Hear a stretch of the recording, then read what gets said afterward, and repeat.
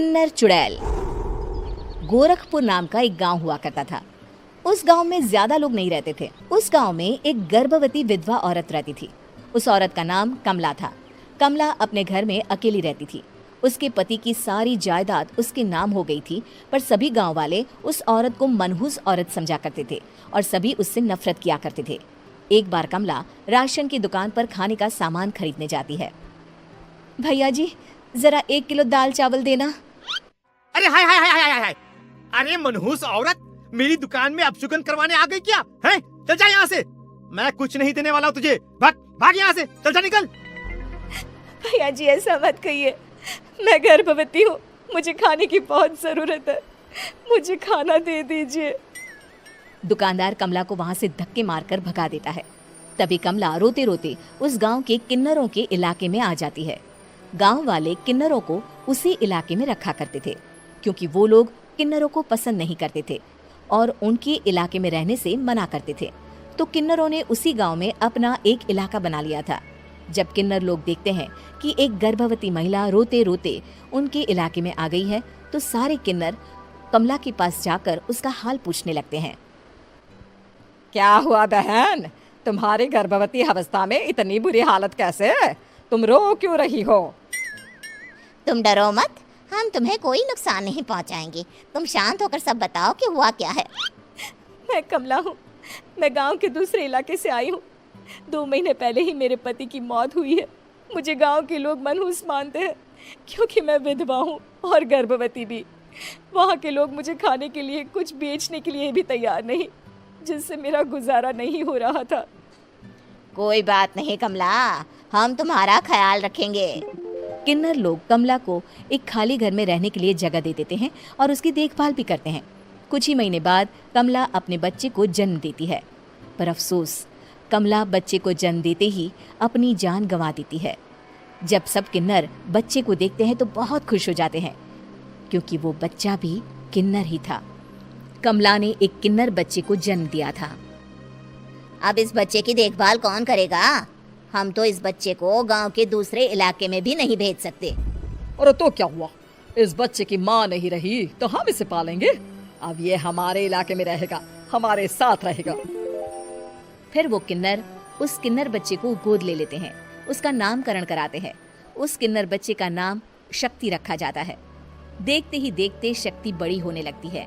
उसके रंग रूप बहुत सुंदर थे। वो बहुत सुंदर किन्नर दिखती है। एक दिन शक्ति एक किन्नर से पूछती है, माँ जी सुनिए ना, ये गांव के दूसरे इलाके में भी तो लोग रहते हैं, तो हम वहाँ क्यों नहीं जाते? हम उनसे अलग क्यों रहते हैं? शक्ति, क्योंकि वो लोग हमारे जैसे नहीं, वो लोग हमें पसंद नहीं करते, इसीलिए हम उनसे अलग रहते हैं। क्यों? वो हमें क्यों पसंद नहीं करते? मुझे एक बार उस इलाके में जाना है, मैं एक बार वहाँ जाकर घूम कर आऊँ। शक्ति, खबरदार, जो तू उस इलाके में कभी भी गई तो अपनी जान नहीं गंवाना चाहती तो उस इलाके में कभी कदम भी नहीं रखेगी, समझी? इतना कहकर वो किन्नर वहाँ से चली जाती है। शक्ति उस किन्नर की बात सुनकर बहुत रोती है। माँ जी, ऐसा कैसे कह सकती हैं? उन्होंने इतनी सी बात के लिए मुझे इतना डांटा। अब तो मैं उस इलाके में जरूर जाऊंगी। फिर एक दिन शक्ति गांव के दूसरे इलाके में चुपके से जाती है। ये लोग तो हमारे जैसे ही इंसान हैं, तो ये हमसे नफरत क्यों करते हैं? जब शक्ति उस इलाके में पहुंचती है तो गांव के सारे आदमी उसके रूप से मोहित हो जाते हैं। वो लोग ये अंदाजा नहीं लगा पाते कि वो किन्नर है।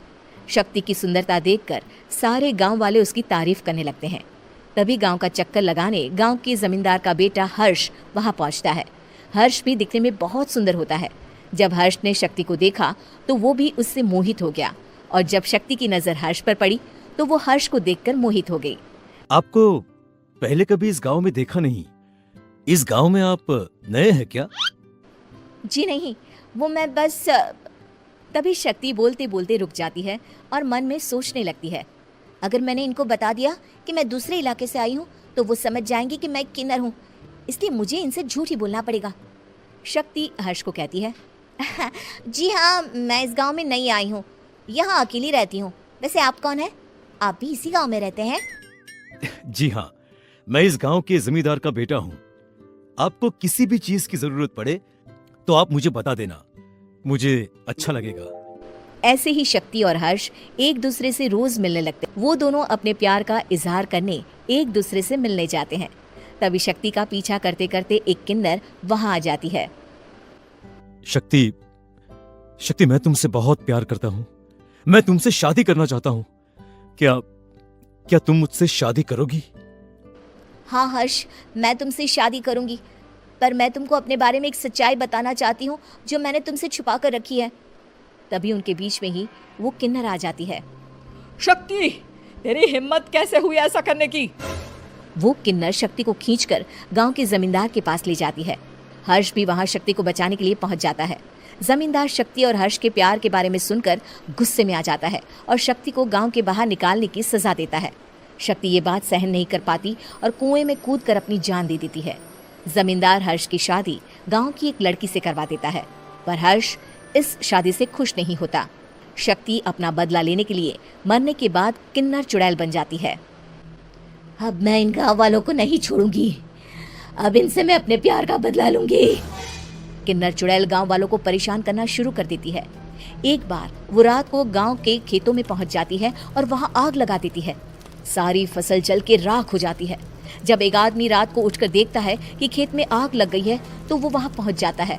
वो देखता है कि खेतों के बीचों बीच एक किन्नर चुड़ैल खड़ी है और वहां खड़े होकर ताली बजा रही है।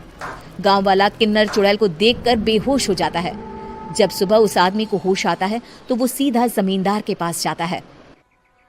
अरे जमींदार साहब, अरे वो किन्नर चुड़ैल ने मेरी सारी फसल जला दी। अब मैं क्या करूंगा? क्या होगा मेरा? जमींदार चुड़ैल किन्नर का नाम सुनते ही सब कुछ समझ जाता है। अब वो बहुत डर जाता है। उसी रात को जब जमींदार डर के मारे अपने कमरे में सो नहीं पाता, तभी वहां अचानक से किन्नर चुड़ैल आ जाती है। किन्नर चुड़ैल जोर जोर से जमींदार के आगे खड़ी होकर हंसने लगती है और ताली बजाने लगती है। जमींदार उस डरावनी किन्नर चुड़ैल को देखकर बहुत डर जाता है। तूने मेरे साथ बहुत बुरा किया, अब मैं तुझे जान से मार दूंगी। नहीं नहीं नहीं नहीं नहीं, मुझे माफ कर दो, मुझे मत मारो। मैं कभी ऐसा दोबारा नहीं करूंगा। अब तुम जो बोलोगी वही मैं करूंगा। ठीक है, मैं चाहती हूँ कि किन्नर इलाका गांव के इलाके से जुड़े और गांव का कोई भी आदमी किन्नर समाज से द्वेष न करे, उससे नफरत न करे, नहीं तो मैं सारे गांव को मार दूंगी।